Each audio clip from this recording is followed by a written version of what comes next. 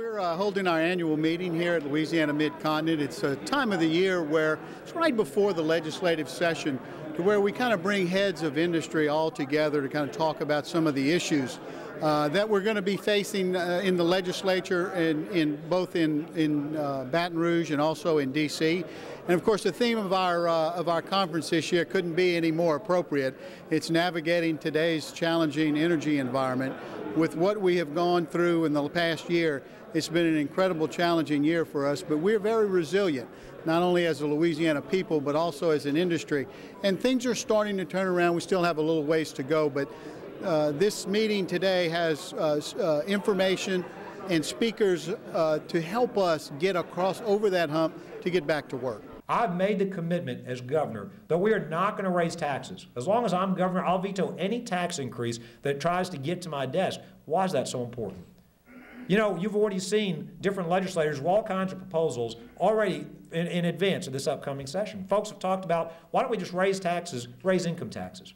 Why don't we reverse the Stelly income tax cut? Others have said, why don't we suspend that exemption up there for horizontal drilling, up especially in the Haynesville Shale, that generate $200 million. Why don't we tax hospital beds? Why don't we tax, and they keep on going on down a long list of businesses, companies, and individuals.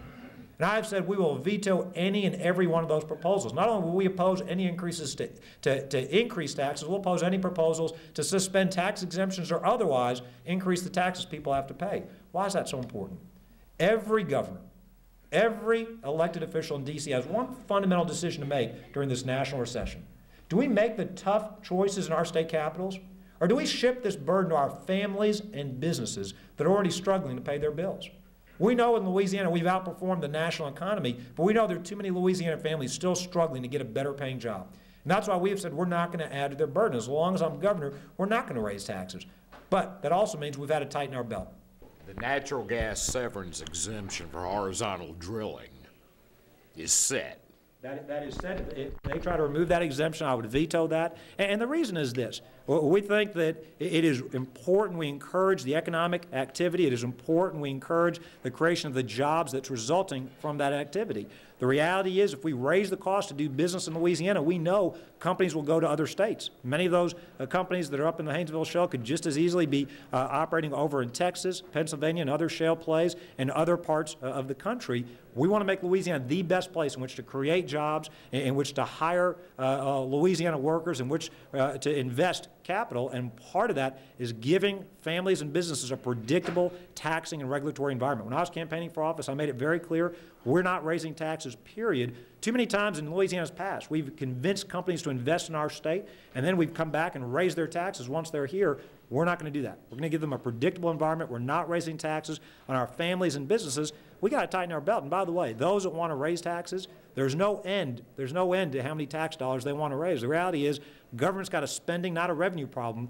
I think we're better off having the jobs, having families at work in Louisiana. I think it'd be a mistake to raise taxes and jeopardize those jobs, jeopardize that investment. It is an honor for me to announce that DNR Secretary Scott Argel has been selected this year's recipient of the Blue Heron Award. Not only from the ball field to the cane field, but from Abbeville to Capitol Hill, and from the banks of the historic Vermilion River to the powerful banks of the Potomac River. While we too support the use of renewable and alternative energy, let's keep the conversation real. America is not yet ready to get all of its fuel from the birds and the bees and the flowers and the trees. I do appreciate it when you stop and think of 17 refineries, 50,000 miles of pipeline, over 200,000 wells that have been drilled in this state. Last week, the announcement that the Haynesville Shale is the #1 shale asset in America. What we do in Louisiana matters. It matters not only to the Gulf Coast, but it matters to the nation. And I really, at my very core, believe that if we can fix our energy policy, we can fix a lot of things that ails America. Thank you very much for the opportunity to be here, and thank you for the award. The companies have made it very, very clear that they have the capabilities to comply with the toughest standards on the planet now. There's no question that you know, the federal government moved the goalposts or the goal line very, very, very far down the field. And companies have demonstrated the ability to comply. What I would say to the federal government is that they need to make sure that they have all of the resources and work a 7-day work schedule to basically process the paperwork now that is coming from the companies so that we can get these permits now issued in a timely fashion. I came to reinforce the message that we need to have an effective oil and gas industry. It's been responsive, and that Louisiana should take the lead in the industry to reassure the rest of the country that we're ready to continue producing and supply energy for the rest of the country regardless of the Macondo well. We're going to tend to all that. It's going to take a while, but Louisiana it takes the good with the bad, and we have stepped up to increase safety on our rigs. I'd like for people to understand the big assets that the state of Louisiana has, how broad and how vast it really is, all the way from the North Louisiana with the Haynesville, the South with the Gulf of Mexico, all the chemical plants in between.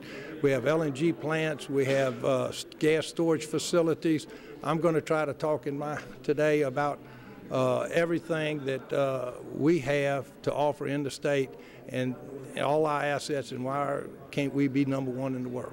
How important the oil and gas industry is, not only to Louisiana. I'm a Louisianian, we all are, Jerry, and I mean, you know, we think parochially, and I certainly love this state, but to realize that the importance of what Louisiana is to America's energy security. Gulf of Mexico, 30% of the domestic oil we produce comes out of the Gulf. That has been offline since May the 27th for the most part. So that is the message that I would like to send, that Louisiana Mid-Continent Oil and Gas, although we are a Louisiana association, the ramifications for our industry are much bigger than Louisiana itself.